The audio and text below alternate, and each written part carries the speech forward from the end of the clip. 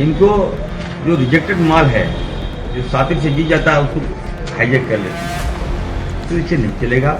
वैसे प्रत्याशी जिनको मैं हरा चुका हूँ उनको मैं कहूँगा यार ये समय जो है लड़ने का है। झारखंड सरकार के मंत्री और जामताड़ा से कांग्रेस प्रत्याशी डॉक्टर इरफान अंसारी नामांकन दाखिल करने के बाद बातचीत करते हुए शब्दों के मर्यादा लांघ गए और कुछ ऐसा बोल गए जिस पर राजनीतिक तूफान उठना तय माना जा सकता था। इरफान अंसारी ने जामताड़ा से बीजेपी के उम्मीदवार सीता सोरेन को रिजेक्टेड माल कह दिया। सीता सोरेन झारखंड मुक्ति मोर्चा पार्टी के सुप्रीमो शिबू सोरेन की बड़ी बहू और मुख्यमंत्री हेमंत सोरेन की बड़ी भाभी हैं। सीता सोरेन ने लोकसभा चुनाव से पहले झारखंड मुक्ति मोर्चा छोड़कर बीजेपी का दामन थाम लिया था। बोरो खिलाड़ी चाहिए, इनको जो रिजेक्टेड माल है, जो सातिर से जीत जाता है उसको हाईजेक कर लेती है, तो इससे नहीं चलेगा। वैसे प्रत्याशी जिनको मैं हरा चुका हूँ उनको मैं कहूँगा यार ये समय जो है लड़ने का है, लड़िए। ये तो भाजपा समाप्त कर देगी आपको, भाजपा खोखला कर देगी आपको। मैं चुनौती देता हूँ कि आपके साथ लड़ने में मजा आता है। यहाँ तो क्लीन स्वीप आपने दे दिया है, हमको समझ में नहीं आ रहा कहाँ जहाँ जा रहे हैं अपार जनसमर्थन। इरफान अंसारी के इस बयान के बाद सीता सोरेन ने अपने सोशल मीडिया अकाउंट पर एक पोस्ट लिखी और इरफान अंसारी से माफी मांगने को कहा। सीता ने अपनी पोस्ट में लिखा कि कांग्रेस प्रत्याशी इरफान अंसारी ने नामांकन के तुरंत बाद मीडिया के सामने मेरे लिए जो अमर्यादित भाषा का प्रयोग किया है उसके लिए उन्हें माफी मांगनी होगी। पहले भी उन्होंने मेरे बारे में व्यक्तिगत बातें बोली हैं, लेकिन इस बार उन्होंने सारी सीमाएं लांघ दी हैं। इरफान जी माफी मांगिए, वरना उग्र विरोध के लिए तैयार रहिए। ऐसे सम्मानित पद पर रहकर आपने जिस अमर्यादित शब्द का प्रयोग किया है उसने पूरे महिला समाज को भयभीत कर दिया है। अगर आप मेरे लिए ऐसे शब्द इस्तेमाल कर सकते हैं तो गरीब और असहाय महिलाओं पर क्या बीतती होगी। ऐसे नेता जब तक सत्ता में रहेंगे महिलाएं असुरक्षित रहेंगी। अब इन्हें सत्ता से उखाड़ फेंकने का समय आ गया है। आप महिलाओं को किस नजर से देखते हैं ये आज जनता के सामने है और जनता इसका जवाब देगी।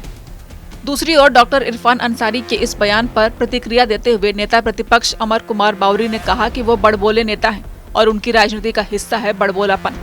इतना ही नहीं, सूबे में सत्ताधारी पार्टी झारखंड मुक्ति मोर्चा ने भी कहा कि अमर्यादित बातों का राजनीति में कोई स्थान नहीं होता। देखिए बड़बोलू है तो बड़बोलापन उनके राजनीति का हिस्सा रहा है और इस तरह के अमर्यादित भाषा से उन्होंने दिखा दिया है कि ना तो महिलाओं के प्रति ना मैया सम्मान योजना सिर्फ उनका दिखावा है, ना उनको महिलाओं के प्रति संवेदना है, सम्मान है, ना आदिवासियों के प्रति सम्मान और संवेदना है, ना झारखंडियों के प्रति सम्मान और संवेदना है। वो तो एक स्लीपर सेल के रूप में काम करते हैं। बांग्लादेशी घुसपैठिए किस तरह से इस झारखंड में इतने प्रबल हो जाए कि उनका हिडन एजेंडा जो है वो हिडन एजेंडा यहाँ लागू है। क्या पूरे बोकारो जिला में क्लीन स्वीप भाजपा को देना चाहती है क्या विपक्ष? भारतीय जनता पार्टी को क्लीन स्वीप झारखंड की जनता देना चाहती है, बोकारो की जनता देना चाहती है।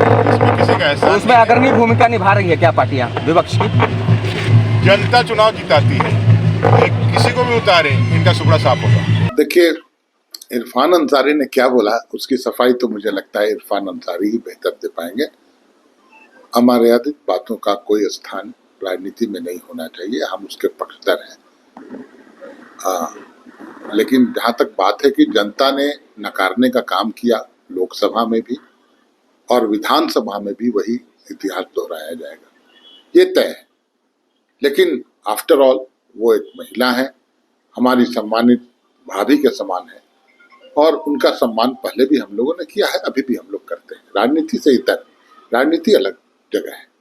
चुनाव में खड़ी हुई है, जनता उन्हें अगर स्वीकार करती है ठीक है, नहीं तो नकारती है तो उनकी हार होगी, पराजय होगी। क्योंकि ऐसे लोगों के साथ वो चली गई हैं जिनको झारखंड की जनता नापसंद करती है। तो लेकिन बयान जो इरफान अंसारी जी ने दिया उसकी सफाई तो वही दे पाएंगे। डॉक्टर इरफान अंसारी अक्सर कुछ न कुछ ऐसा बोल देते हैं जो विवादों में आ जाता है। अब उनका नया विवादित बयान चुनाव से पहले राज्य में नया बवाल खड़ा कर दे तो हैरानी की बात नहीं होगी। रांची से अशोक कुमार की रिपोर्ट।